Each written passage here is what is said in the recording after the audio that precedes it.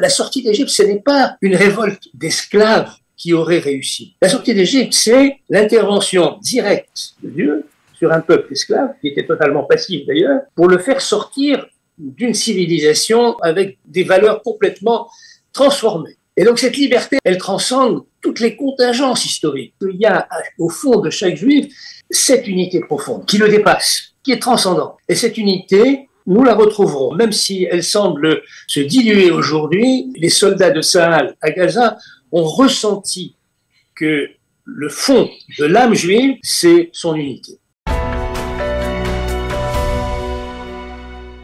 Eh bien, nous avons le plaisir d'être en ligne ce matin, à la veille de Pessah, quelques heures avant le Seder de Pessah, avec David Saada. David, bonjour, Boker Tov.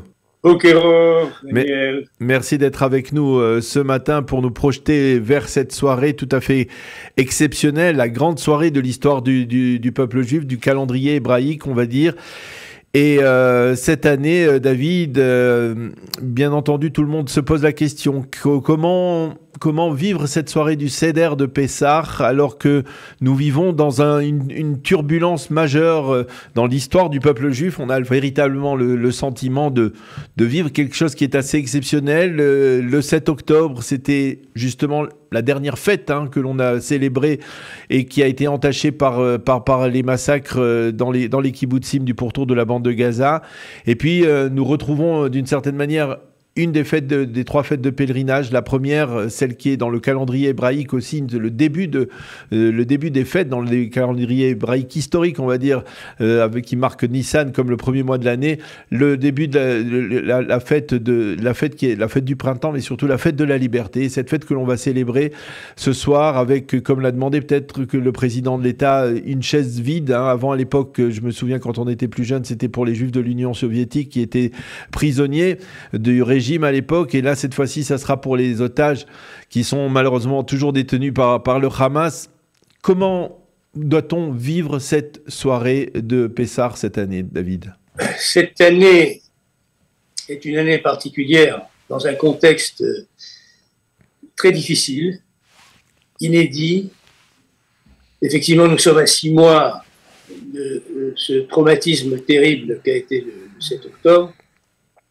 Il y a encore des otages qui sont pris dans une certaine partie, sans doute, n'est plus avec nous. Il y a une pression internationale autour de nous, dont on voit les effets tous les jours.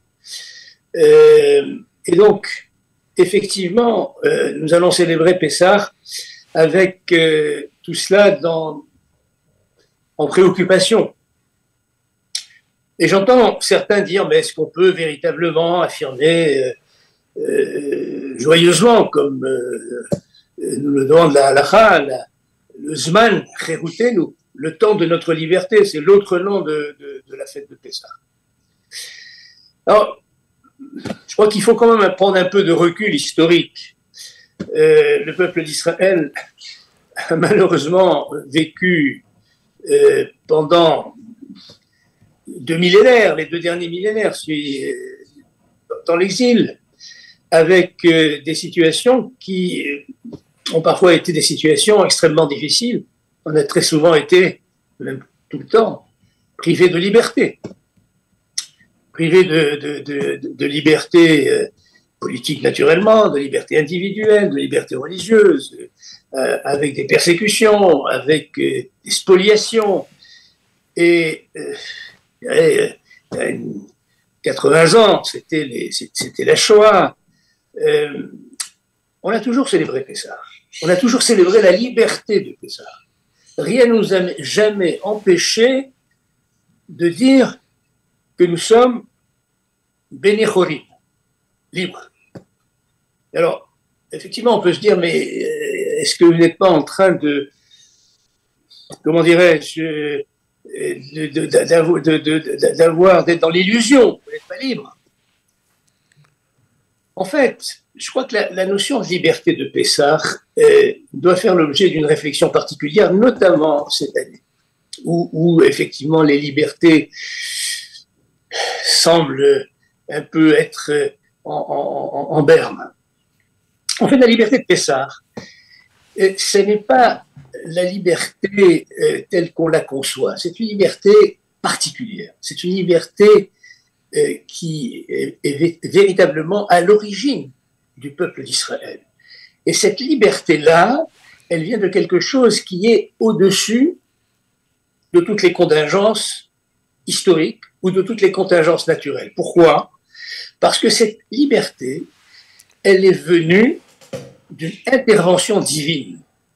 C'est ça ce que certains qui célèbrent le Pessah, mais de manière entre guillemets laïque, oublient. La sortie d'Égypte, ce n'est pas une révolte d'esclaves qui aurait réussi. C'est pas Spartacus, la sortie d'Égypte.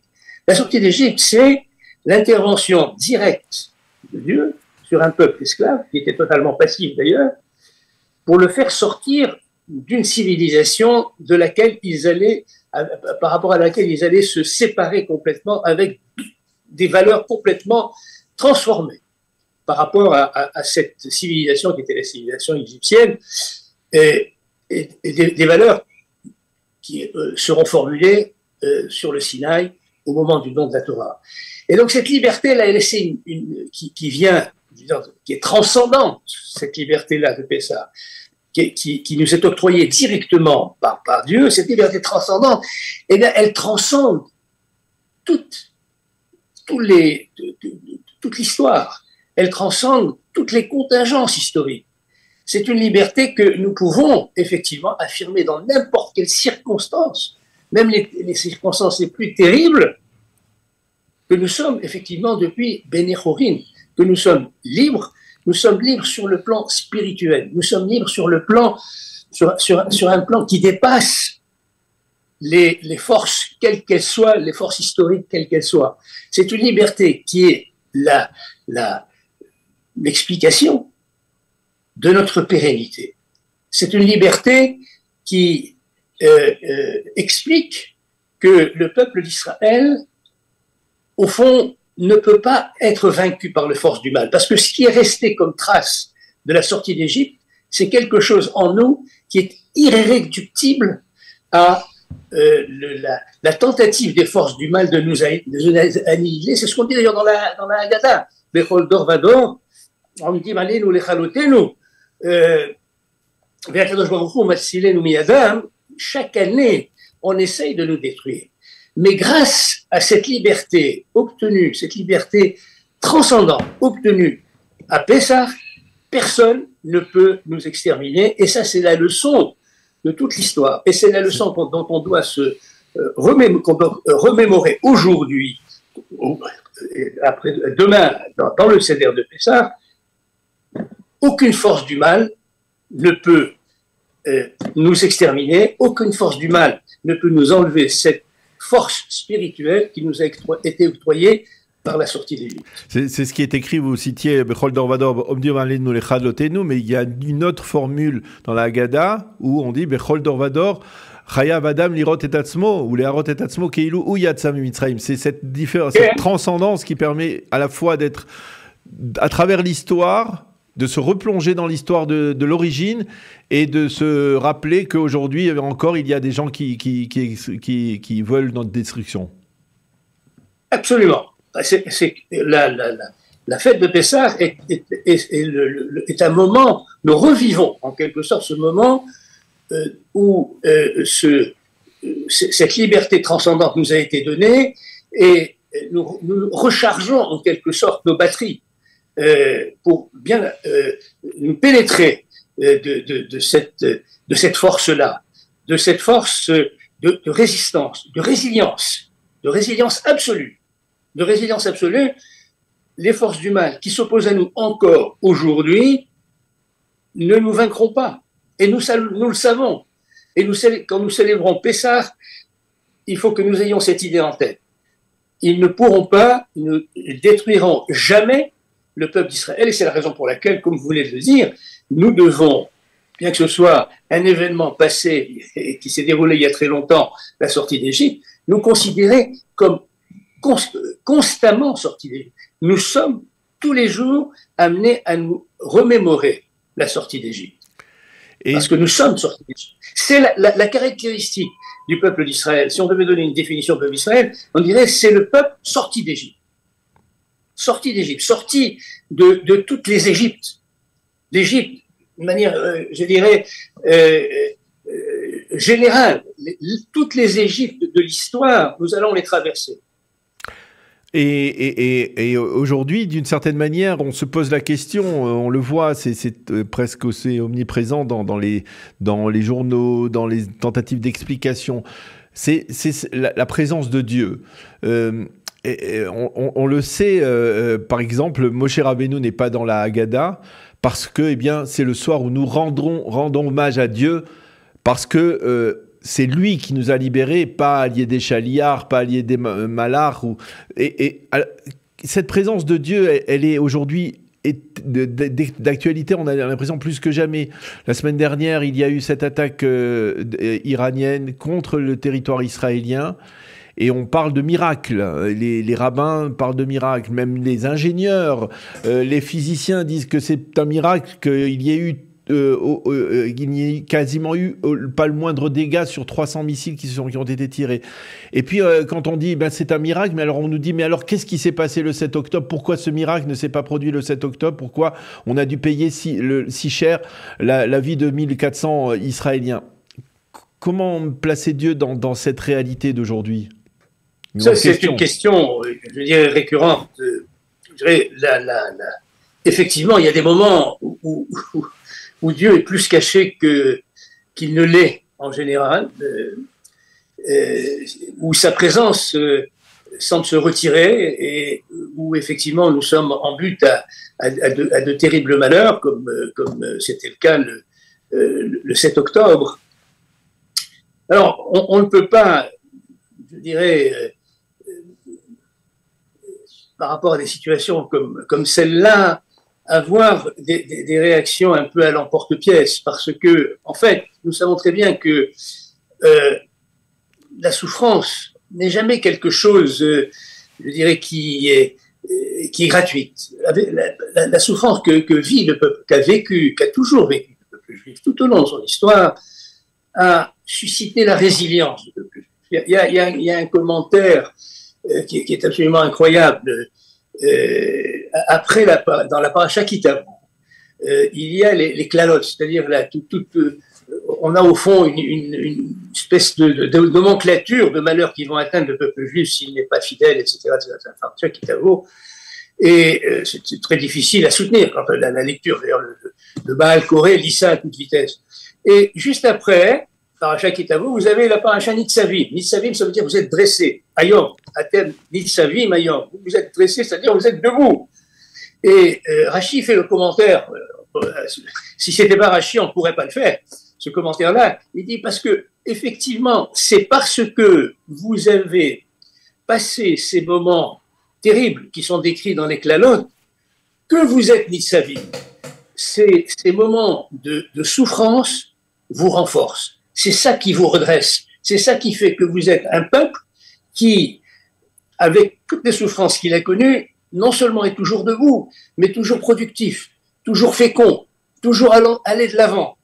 Et donc c'est cela aussi qui doit nous habiter pendant ce seder-là.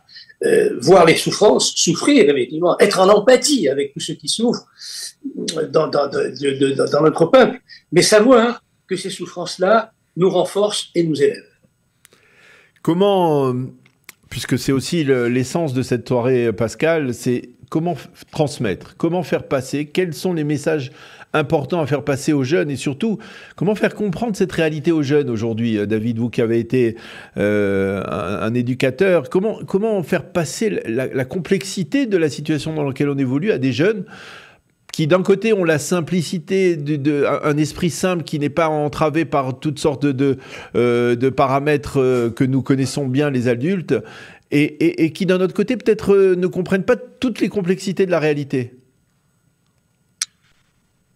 Écoutez, moi j'accorde une très grande confiance aux jeunes. Je vois que les jeunes aujourd'hui, à part peut-être une toute petite minorité d'ailleurs, sont très sensibles à la situation. Et leur réaction est est plutôt, et c'est réconfortant, plutôt de se rapprocher de leurs racines. Alors que dans toutes ces dernières années, que ce soit dans la diaspora ou en Israël, on a vu des jeunes extrêmement influencés par l'air du temps.